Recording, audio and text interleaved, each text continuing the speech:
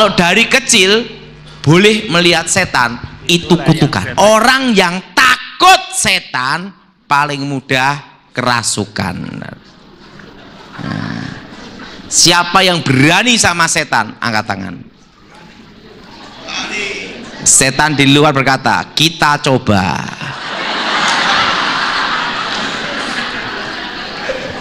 Orang yang takut setan paling mudah apa? Apalagi ke toilet, ke tandas, takut, minta ditemani.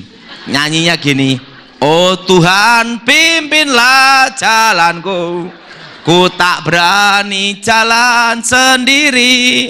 Setan lihat, memang Tuhan pimpin kamu, tapi aku ingin tengok. Yang berbahagia ialah mereka yang mendengarkan firman Allah dan yang memeliharanya.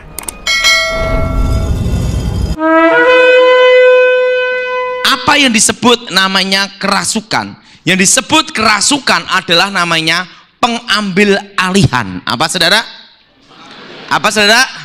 Pengambil alihan.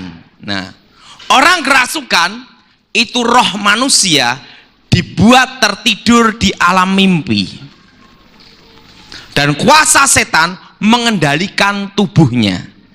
Saya mau bertanya, siapa yang percaya kalau mimpi rohnya keluar dari tubuh? Angkat tangan. Siapa yang percaya kalau mimpi rohnya keluar dari tubuh? Angkat tangan. Siapa yang percaya kalau bermimpi rohnya tetap dalam tubuh? Angkat tangan. Nah, oke. Yang ketiga, yang pening angkat tangan.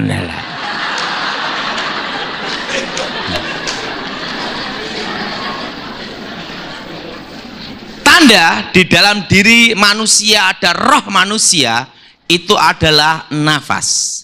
Nafas berhenti, roh keluar. Saya mau tanya, kalau saudara bermimpi bernapas tidak? Nah, yang angkat tangan keluar itu berbahaya. Warning. Kenapa, saudara? Setiap malam mati hidup, mati hidup. Nah, itu hanya alam bawah sah. Nah, orang kerasukan itu roh manusia dibuat tertidur di alam mimpi. Kuasa setan mengendalikan tubuhnya, sehingga orang kerasukan merasa dibawa di alam lain, di kerajaan, kampung, bandar, pekuburan. Nah, cirinya orang kerasukan yang pertama, suara berubah. Apa saudara? Apa saudara?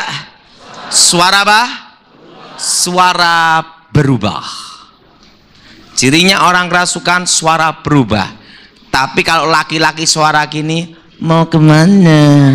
Nah, itu bondan. Bondan ya? Nah, bondan. Kalau di Indonesia namanya bencong. Nah, suara suara berat, parau, dan suaranya itu berbeda dengan suara manusia. Jelas? Nah, laki bisa suara perempuan, perempuan bisa suara laki, tapi parau berat. Pertama. Kedua, orang kerasukan pasti mata terbuka. Apa saudara? Apa saudara? Mata apa? Terbuka. Mata terbuka. Saudara, mata adalah jendela hati kita. Orang suka sama orang boleh dilihat dari mata. Betul? Orang tidak suka sama orang boleh dilihat dari apa? Mata.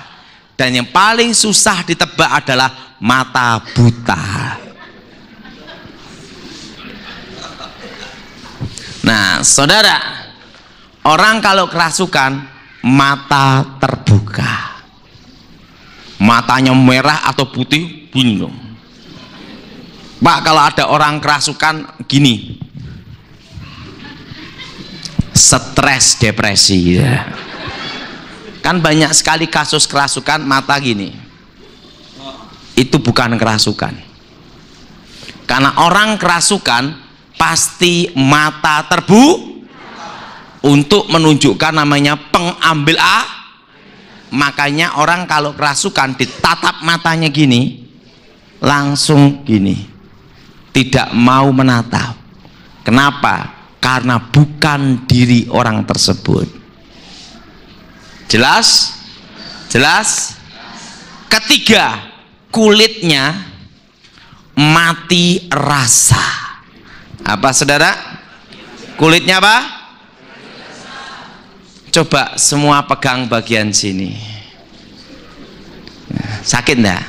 Kalau ada orang kerasukan pegang gini aja. Kalau dia gini, aduh, itu bukan kerasukan.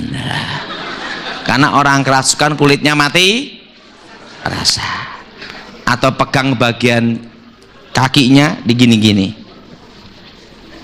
Kalau dia geli gini, berarti bukan karena orang kerasukan kulitnya mati atau dipegang gini, ditekan bagian gini, dia nahan gini, wah, bukan kerasukan. Jelas? Jelas? Yang keempat, ini cirinya orang kerasukan, kekuatan 10 kali lipat melebihi manusia biasa. Wah, langsung. Kelima, seluruh bulu-bulu yang ada di kulitnya ini berdiri semua, kecuali rambutnya. Nah, orang kerasukan itu pasti ada penyebabnya, ada pemicunya, ada yang mengawalinya. Tidak langsung tiba-tiba kerasukan. Nah, penyebab kerasukan pertama, kalau orang percaya ada komunikasi hubungan antara orang hidup dan orang mati, maka orang itu paling mudah kerasukan. Jelas? Jelas? Kalau orang apa saudara? Percaya ada hubungan antara orang hidup dan orang. Nah, makanya orang yang sering mimpi ketemu orang yang sudah mati itu paling mudah kerasukan. Kedua, orang yang takut setan paling mudah kerasukan. Nah, siapa yang berani sama setan? Angkat tangan. Setan di luar berkata, kita coba.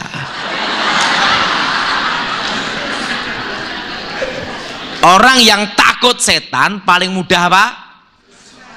Apalagi ke toilet, ke tandas, takut, minta ditemani. Nyanyinya gini, oh Tuhan pimpinlah jalanku, ku tak berani jalan sendiri. Setan lihat, memang Tuhan pimpin kamu, tapi aku ingin tengok kamu. Oh. Makanya orang kerasukan wajahnya adalah wajah ketakutan semua. Misalnya waktu setan itu selalu suka tempat, anehnya justru ditandas. Makanya banyak sekali kasus kerasukan itu kejadiannya di toilet, tandas. Nah, nah waktu ke tandas dia gini, dia gini, langsung. Makanya banyak kasus kerasukan itu karena apa? Ketakutan. Yang ketiga, orang yang suka ngalamun. Tahu ngalamun? Mengkayal.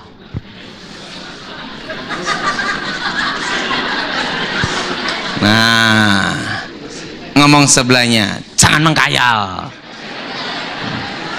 Itu paling mudah Nah, yang keempat, orang yang suka menyendiri,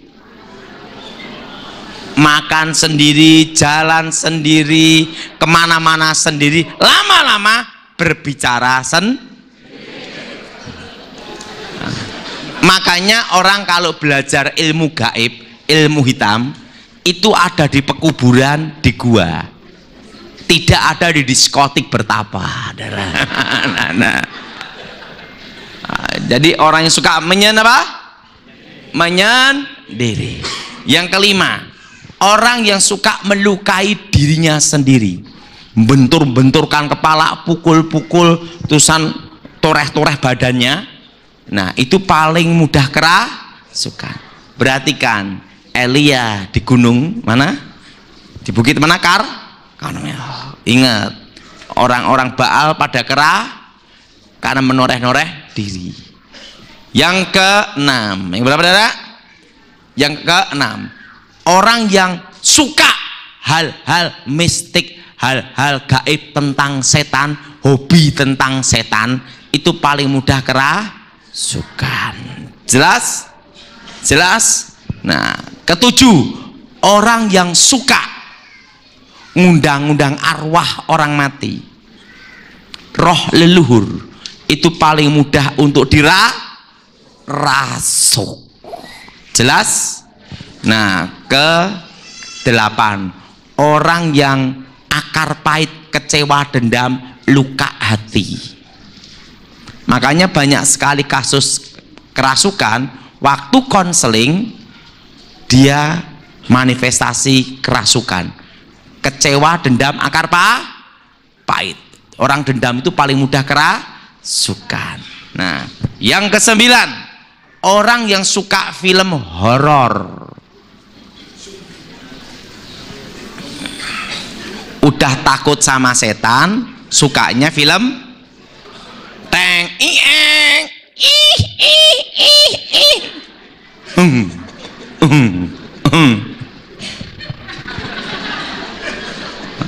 Yang ke-10, orang yang suka musik rock metal dunia. Suka musik apa? Nah, musik boleh dipakai Tuhan, tapi musik juga boleh dipakai setan. Hati-hati itu musik. Nah, ini penyebab kerasukan. Nah, bagaimana cara untuk mengusir setan, orang yang kerasukan? Perlu saudara tahu bahwa setan tidak boleh mati. Kalau langsung diusir, demi nama Yesus, keluar, langsung pindah ke sini. Keluar, pindah ke sini. Akhirnya berminggu-minggu melayani setan pindah. Nah, ada yang juga dalam pengusiran setan, mata harus terbuka, jangan tertutup. Demi nama Yesus, buka mata, orangnya sudah tidak ada. Kemana? Makan food court. Harus apa? Buka apa? Buka apa? Buka mata. Dan ingat, orang kerasukan itu 10 kali lipat melebihi manusia biasa. Jadi kalau kerasukan harus ada tekniknya. Nanti saya beritahu tekniknya. Ini kursi-kursi ini semua hancur semua. Kekuatan 10 kali lipat. Bayangkan kalau misalnya setiap hari ada orang kerasukan dilayani gereja, gerejanya bankrupt, bangkrut, betul nggak?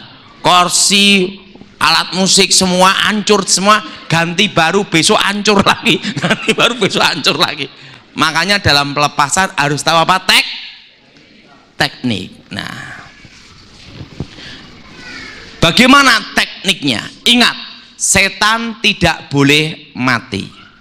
Suatu kali ada orang kerasukan membawa senjata tajam kayak celurit. Tahu celurit?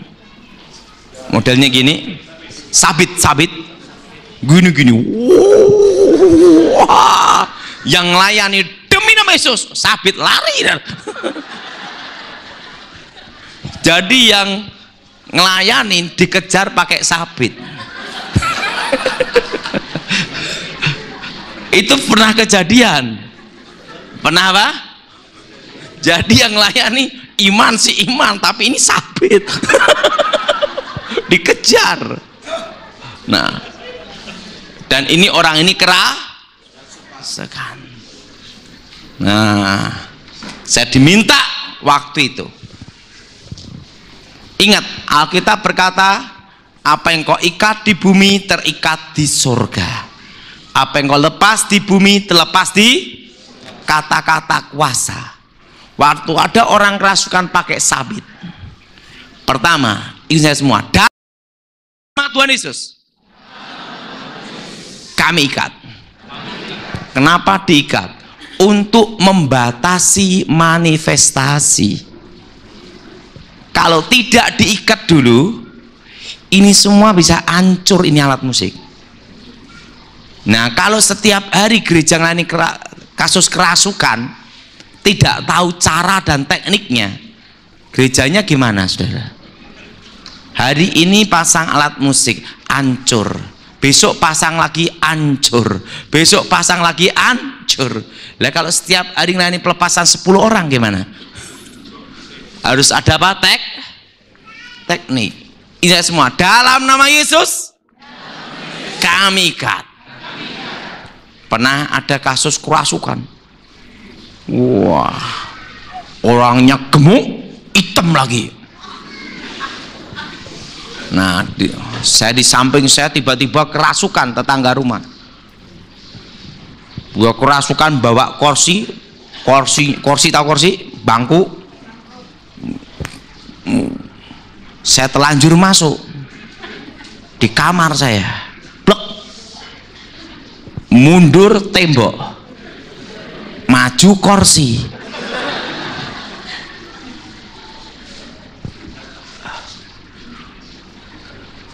Pertama yang saya lakukan apa? Dalam nama Yesus kami ikat. Waktu diikat, buak, jatuh tepat dekat jempol saya.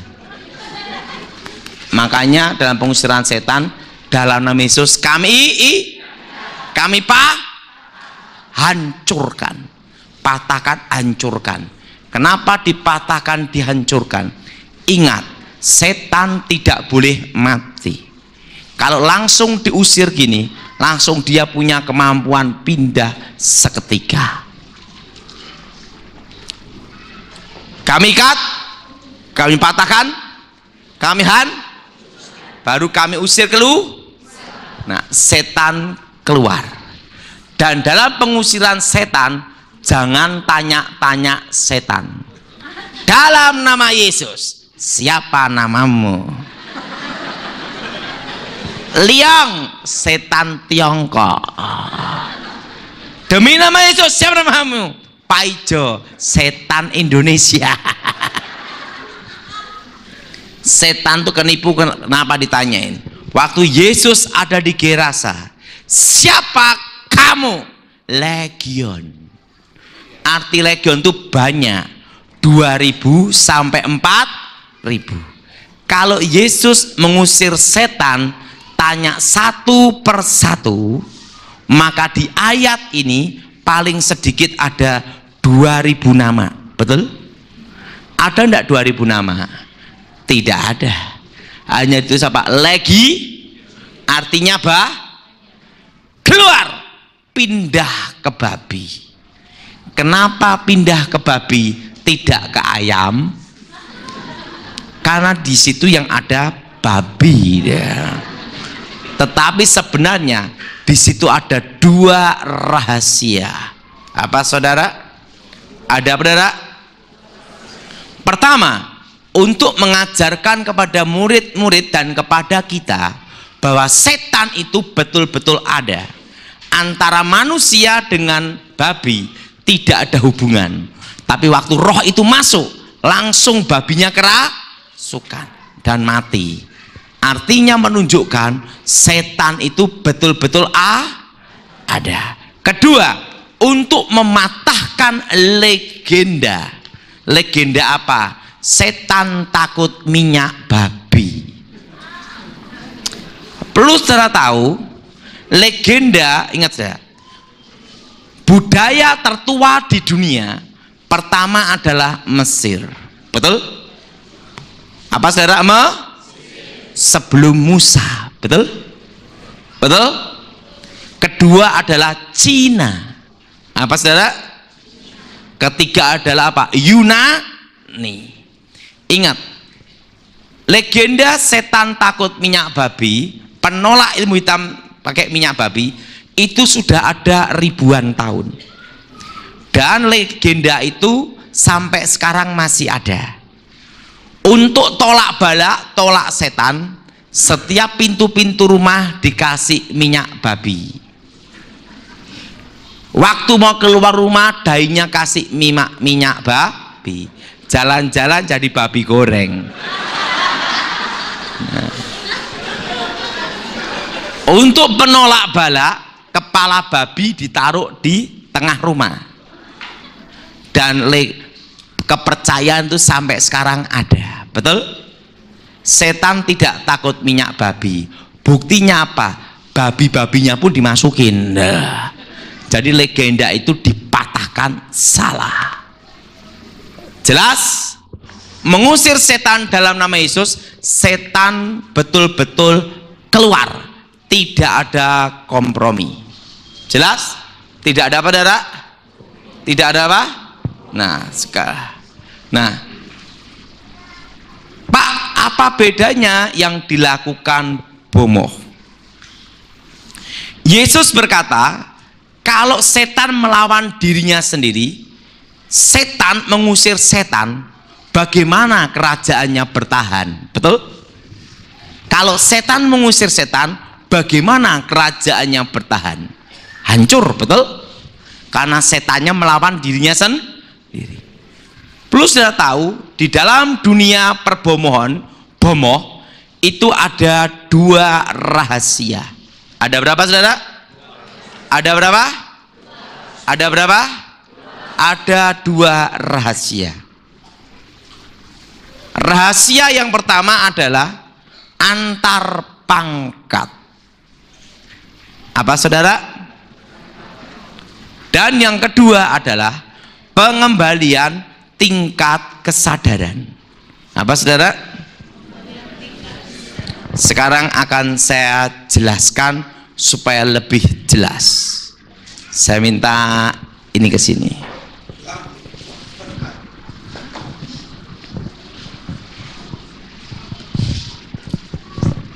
Sekarang kerasukan gini. Tidak pandai berlaku. Atau gini. Langsung dipanggil bomoh. Nah, saya minta yang jadi bomohnya ini dulu.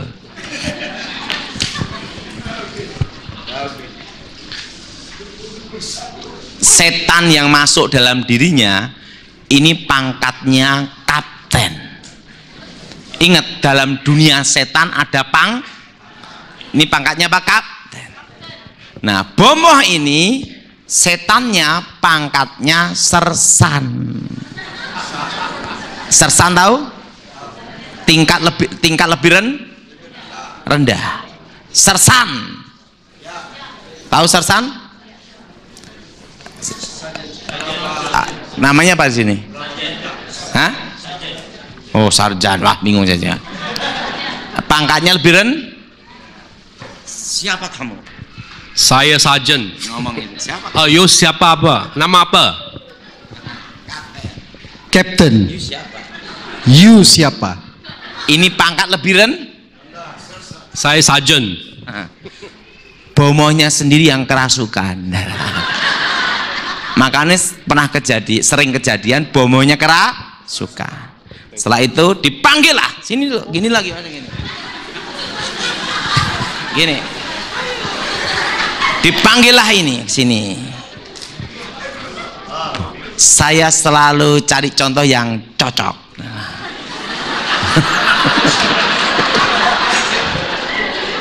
Bomoh yang pangkatnya kolonel. Saya kolonel. Kau siapa? Saya captain. Diam di tempat. Diam. Siap, kolonel. Siap, kolonel. Ingat, pangkatnya lebih Nah, setan ini tidak keluar, tetap dalam dirinya, tapi orang tersebut sadar. Jelas? Makasih. Nah, ini yang pertama. Yang kedua, yang namanya pengembalian tingkat kesadaran. Apa, saudara? Seorang bomoh pasti akan diajarkan rahasia teknik kedua. Apa saudara? Nah, sekarang akan saya beritahu rahasianya. Saya minta sini.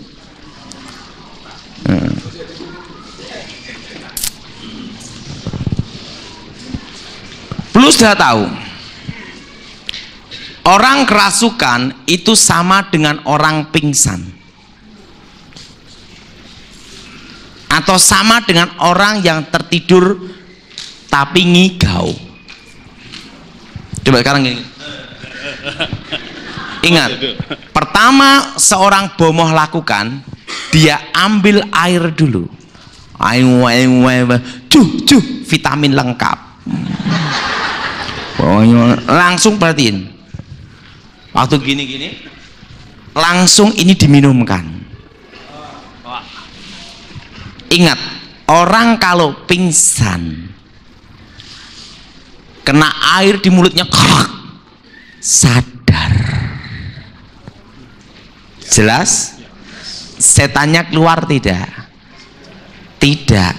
Tapi orang tersebut kembali dalam tingkat makanya orang kalau ada orang kerasukan, bomoh ambil air sama garam, kenakan bagian hidungnya. Air dan garam kena hidung, langsung setannya keluar tidak? Tidak. Makanya kalau ada orang kerasukan, seorang bomoh pegang ini. Coba pegang ini. Ini untuk mengembalikan tingkat kesadaran. Nah, atau bagian sini dikasih minyak, diginiin, enak betul. Untuk apa? Merangsang saraf ini untuk mengembalikan tingkat Coba semua pegang bagian sini. Ini. Kalau ada orang kerasukan, ini diginiin untuk mengembalikan tingkat Coba semua pegang bagian sini. Ini untuk mengembalikan tingkat apa? Atau urat nadi. Atau bagian sini, atau bagian jempol kaki. Namanya apa di sini? Ibu jari. Ibu jari. Kaki, ibu jari kaki, pegang gini, maka akan sadar. Apakah setannya keluar? Tidak. Tapi orang tersebut kembali dalam tingkat saudara tahu lada, sahang? Lada, tahu lada? Lada, cili, pepper. Kalau ada orang kerasukan, kasih pepper hidungnya, sadar. Nah, sekarang akan saya beritahu rahasianya. Orang yang kebal senjata, tahu kebal? Ditembak tidak apa-apa, dibacok apa, dibom tidak apa-apa, kebal senjata. Itu mudah. Maaf, ininya ditenggelamkan dalam air. Waktu tenggelam dalam air di hidungnya, ingat orang kebal itu kerasukan juga. Waktu dia hidungnya tenggelam dalam air gini, dia kembali dalam tingkat langsung jedor, selesai. Itu untuk eksekusi ilmu kebal.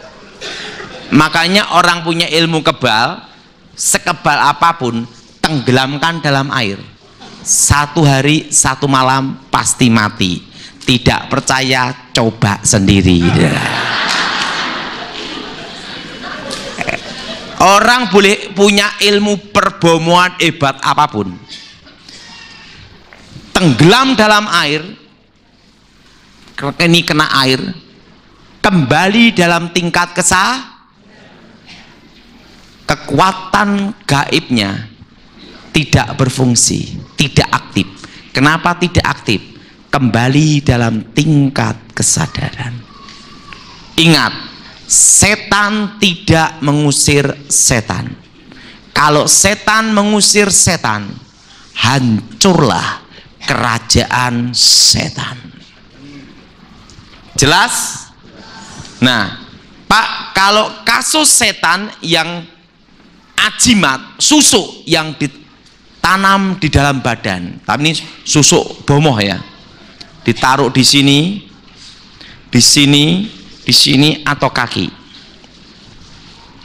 Plus dia tahu bahwa semua ilmu gaib, kekuatan gaib itu mengikuti jalur peredaran darah. Apa saudara? Jalur apa?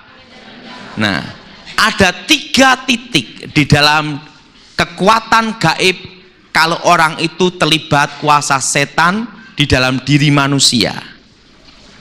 Semua pegang bagian sini. Orang belajar meditasi, konsentrasi itu ada di sini.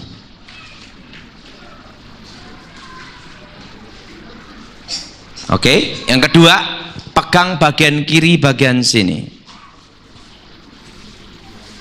Ini apa nih? Coba dengerin lagi. Apa ini?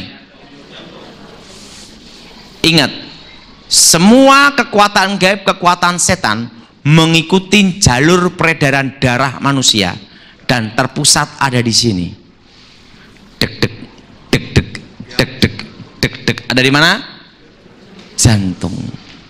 Semua pegang pusarnya sendiri. Pada waktu manusia sebelum lahir masih dalam kandungan, hidup ada di tali pusatnya.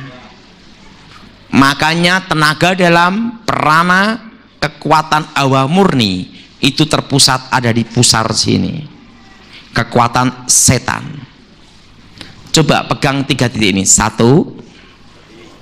2, 3. Nah, kalau ada orang kerasukan, pegang 3 titik ini, terutama orang yang susah mati karena punya jimat. Pak, apakah harus memegang? Tidak harus. Doa tidak dibatasi ruang dan waktu. Cara doanya yang saya semua. Darah Yesus hancurkan segala mantra. Darah Yesus hancurkan segala ajimat. Darah Yesus hancurkan segala kutuk. Darah Yesus bebaskan tubuh, jiwa, roh. Darah Yesus hancurkan kutuk. Darah Yesus bebaskan roh-roh setan, roh-roh jahat keluar demi nama Yesus.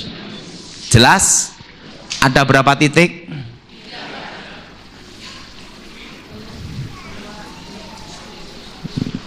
Jelas?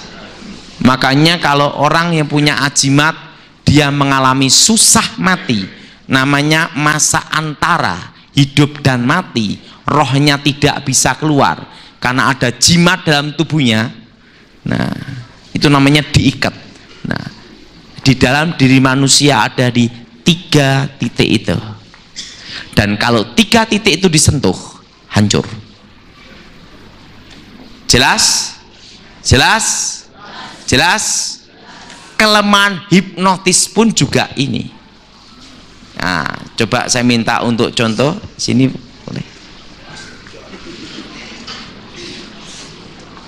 Orang kalau hipnotis pasti dia akan namanya itu menggunakan sugesti. Apa sugesti di sini?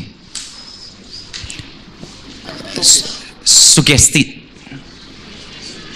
Jadi supaya orang itu percaya gitu. Suggestion. Hah? Apa? Apa itu nggak ngerti lah. Nah, hipnotis itu adalah menggunakan sugesti supaya orang itu percaya dulu. Supaya orang itu apa? Percaya. Tapi beda dengan iman lain. Sugesti di Indonesia itu suatu kepercayaan, keyakinan yang belum tentu benar. Nah, mari lihat saya. Bilang gitu. Mari lihat saya. Ini dia mau menghipnotis saya. Saya gini kan, kamu ngapain? Nah, kenakan bagian sini. Maka dia akan terhipnotis ilmunya sendiri. Karena kekuatannya dari sini. Langsung kita ganti mana? Mana uang kamu? Ingat, kelemahan hipnotis kalau dipegang bagian sini. Karena disinilah namanya konsentra. Nah, kelemahan kalau gendam itu ada menawarkan barang dulu. Saya perlu uang ringgit, mau tukar, apa boleh? Ngomong boleh. Saya perlu uang ringgit. Boleh. Boleh. Begitu dia ngomong boleh, saya tepuk gini. Kanan kiri sama aja. Bagian sini dekat dengan leher. Leher dekat dengan otak kecil. Alam bawah tidak mungkin ke sini, sarafnya kejauhan. Nah, kalau kelemahan gendam, tepuk sini, balas tepuk. Netral.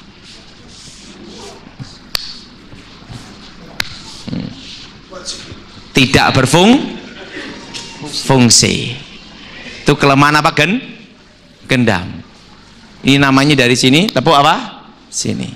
Tapi kalau kita orang Kristen tidak usah main tepuk-tepukan.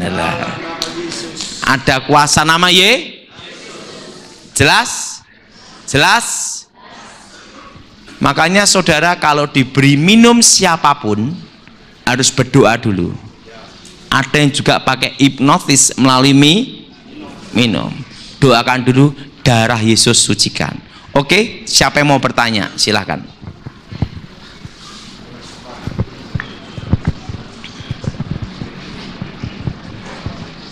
Siapa yang bertanya?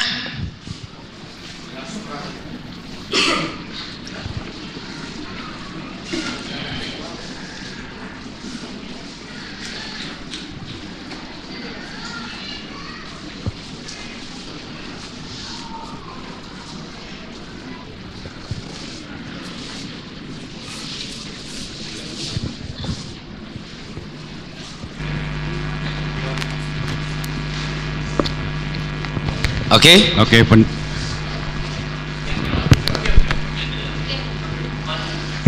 Oke, terima kasih pendeta. Saya mau tanya mengenai dan case-case yang berlaku, ada orang yang masuk pencuri itu, perompak dalam satu buah rumah, lalu semua Tidur. Oke. Apa? Itu namanya hipnotis. Terima kasih. Nah, namanya kalau di sini namanya pukau. Kalau di Jawa namanya sirep. Sebelum saya bertobat, saya menguasai ilmu sirep. Ilmu sirep adalah ilmu di atas hipnotis. Kalau mantra itu diucapkan, itu sesuai arah angin. Misalnya sebelum saya bertobat, saya mau mensirep. Kalau di sini namanya pukau ya. Satu kampung yang menghuni ada kira-kira 10.000 orang, maka saya akan baca mantra sesuai arah angin itu tepat jam 12 malam. Satu bandar, satu kampung pasti tidur semua, tidak akan bangun satupun sampai mantra itu saya tarik kembali, baru boleh bangun. Nah, supaya tidak boleh kepukau, yang pertama ini, makanya sudah harus berdoa setiap hari. Itu semua, darah Yesus sucikan tempat ini, darah Yesus bentengi, lindungi rumah ini. Itu supaya tidak kena pukau. Hanya cara itu yang bisa boleh menyelamatkan. Ada kuasa dalam darah Yesus. Itu namanya, kalau di Jawa namanya sirep. Apa saudara? Oh. Oke, lagi.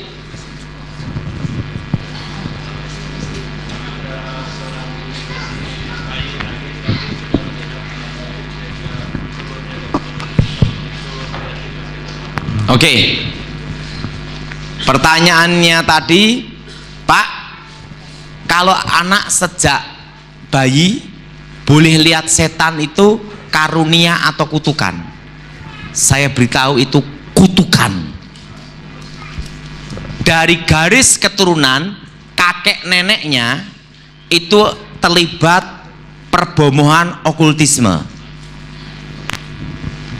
Itu akan masuk dari ke generasi ketiga, keempat, cucu buyut, dengan ciri sejak lahir boleh melihat setan.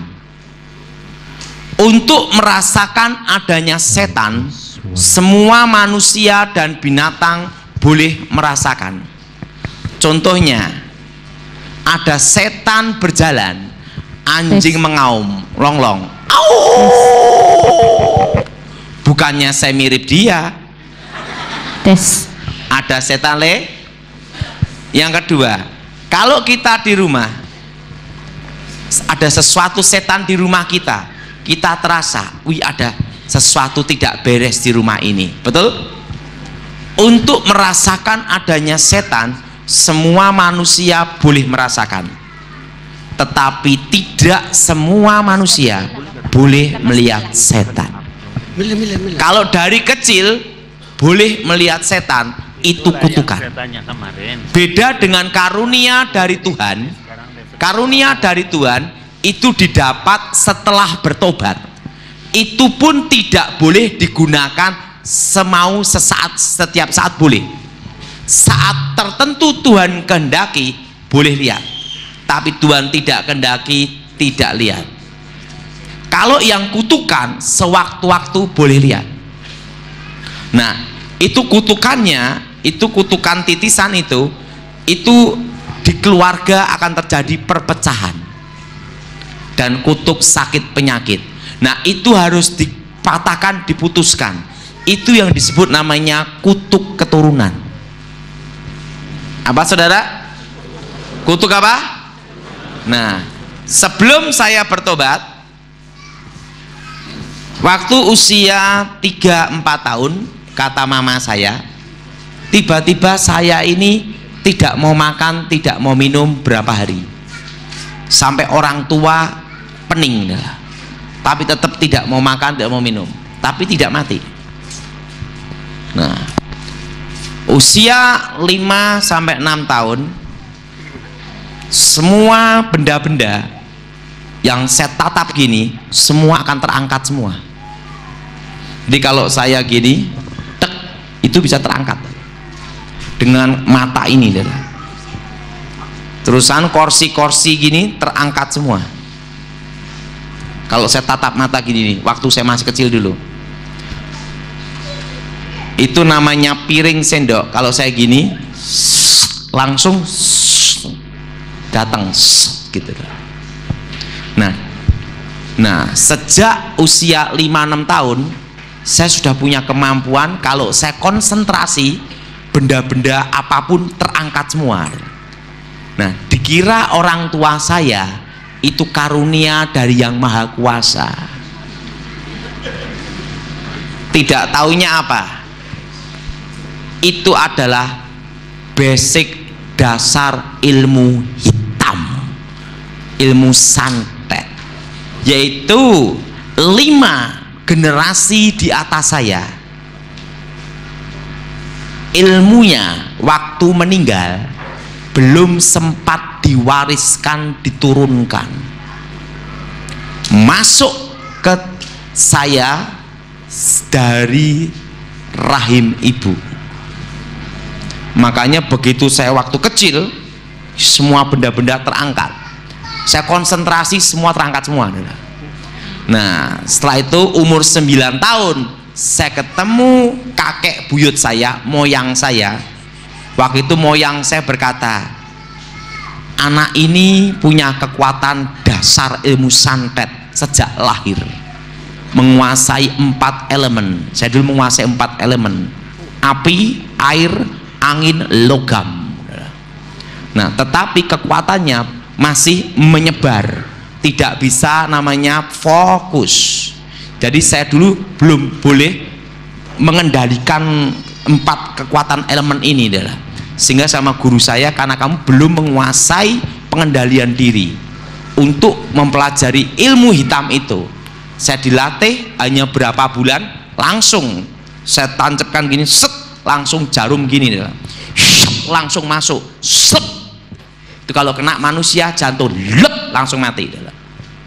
Nah, langsung guru saya ngomong, itu dasar ilmu hitam. Jadi bayangkan, sejak saya lahir sudah ada ilmu hitam. Nah, karena namanya kutuk ketu. Mazmur 20 ayat 1 sampai 9. Doa mohon kemenangan bagi raja. Untuk pemimpin biduan, Mazmur Daud. Kiranya Tuhan menjawab engkau pada waktu kesesakan. Kiranya nama Allah Yakub membentengi engkau. Kiranya dikirimkannya bantuan kepadamu dari tempat kudus, dan disokongnya engkau dari Sion. Kiranya diingatnya segala korban persembahanmu, dan disukainya korban bakaranmu. Kiranya diberikannya kepadamu apa yang kau kehendaki, dan dijadikannya berhasil apa yang kau rancangkan. Kami mau bersorak-sorai tentang kemenanganmu dan mengangkat panji-panji demi nama Allah kita. Kiranya Tuhan memenuhi segala permintaanmu.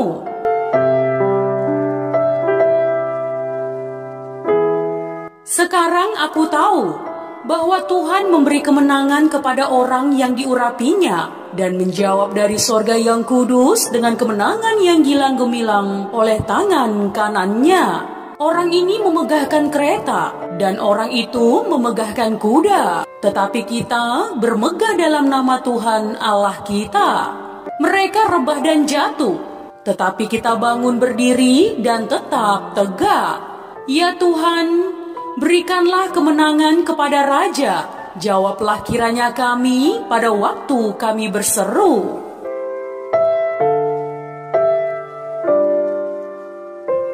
Mazmur 21 ayat 1 sampai 13. Nyanyian syukur karena kemenangan raja. Untuk pemimpin biduan, Mazmur Daud. Karena kuasamulah raja bersukacita, betapa besar kegirangannya karena kemenangan daripadamu. Apa yang menjadi keinginan hatinya telah kau karuniakan kepadanya, dan permintaan bibirnya tidak kau tolak. Sebab engkau menyambut dia dengan berkat melimpah. Engkau menaruh mahkota dari emas tua di atas kepalanya.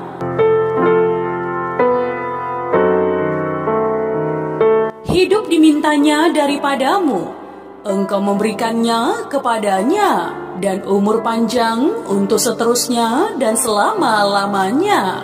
Besar kemuliaannya karena kemenangan yang daripadamu. Keagungan dan semarak telah kau karuniakan kepadanya. Iya, engkau membuat dia menjadi berkat untuk seterusnya. Engkau memenuhi dia dengan sukacita di hadapanmu.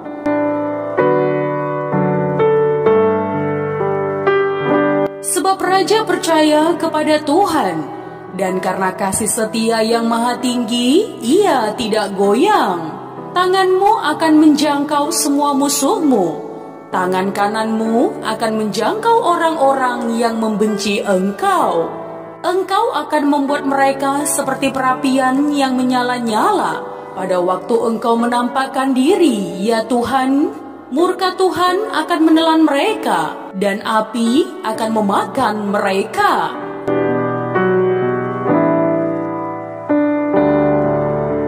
Keturunan mereka akan kau binasakan dari muka bumi, dan anak cucu mereka dari antara anak-anak manusia.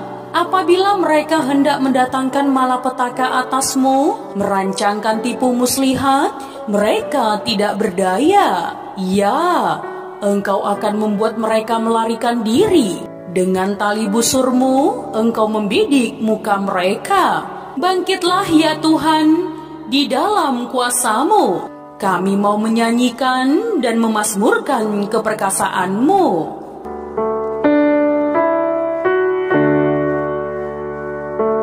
Mazmur 22 ayat 1 sampai 31. Allahku, mengapa kau tinggalkan aku? Untuk pemimpin biduan, menurut lagu rusa di kala Fazar, Mazmur Daud. Mengapa engkau meninggalkan aku? Aku berseru, tetapi engkau tetap jauh dan tidak menolong aku. Allahku, aku berseru-seru pada waktu siang, tetapi engkau tidak menjawab. Dan pada waktu malam, tetapi tidak juga aku tenang. Padahal engkaulah yang kudus yang bersemayam di atas puji-pujian orang Israel. Kepadamu nenek moyang kami percaya. Mereka percaya dan engkau meluputkan mereka. Kepadamu mereka berseru-seru dan mereka terluput. Kepadamu mereka percaya dan mereka tidak mendapat malu.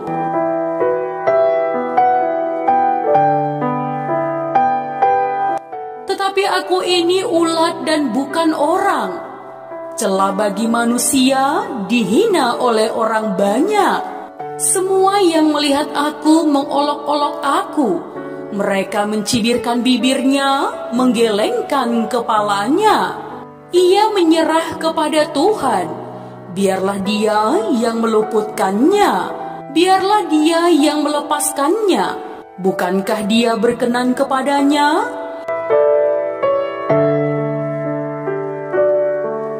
Ya, engkau yang mengeluarkan aku dari kandungan, engkau yang membuat aku aman pada dada ibuku. Kepadamu aku diserahkan sejak aku lahir. Sejak dalam kandungan ibuku, engkaulah Allahku. Janganlah jauh daripadaku, sebab kesusahan telah dekat dan tidak ada yang menolong.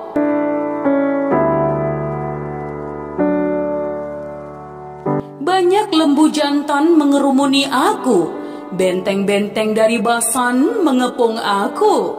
Mereka mengangakkan mulutnya terhadap aku, seperti singa yang menerkam dan mengaum. Seperti air aku tercurah, dan segala tulangku terlepas dari sendinya. Hatiku menjadi seperti lilin, hancur luluh di dalam dadaku. Kekuatanku kering seperti beling. Lidahku melekat pada langit-langit mulutku, dan dalam debu maut kau letakkan aku. Sebab anjing-anjing mengerumuni aku, gerombolan penjahat mengepung aku, mereka menusuk tangan dan kakiku. Segala tulangku dapat kuhitung, mereka menonton, mereka memandangi aku.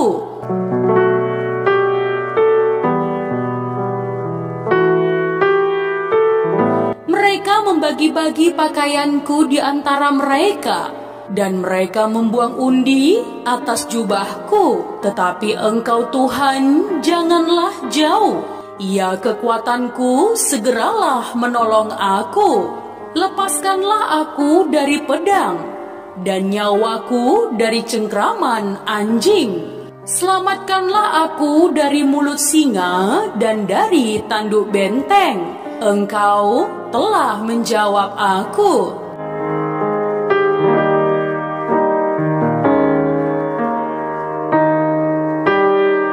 Aku akan memasyurkan namamu kepada saudara-saudaraku dan memuji-muji engkau di tengah-tengah jemaah.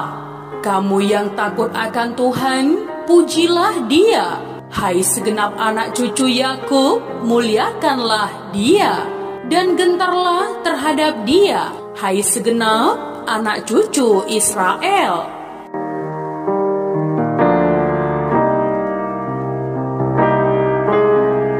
Sebab Ia tidak memandang hina ataupun merasa jijik kesengsaraan orang yang tertindas. Dan Ia tidak menyembunyikan wajahnya kepada orang itu. Dan Ia mendengar ketika orang itu berteriak minta tolong kepadanya. Karena engkau aku memuji-muji dalam jemaah yang besar. Nazarku akan kubayar di depan mereka yang takut akan Dia. Orang yang rendah hati akan makan dan kenyang. Orang yang mencari Tuhan akan memuji-muji Dia. Biarlah hatimu hidup untuk selamanya. Segala ujung bumi akan mengingatnya dan berbalik kepada Tuhan, dan segala kaum dari bangsa-bangsa akan sujud menyembah di hadapannya.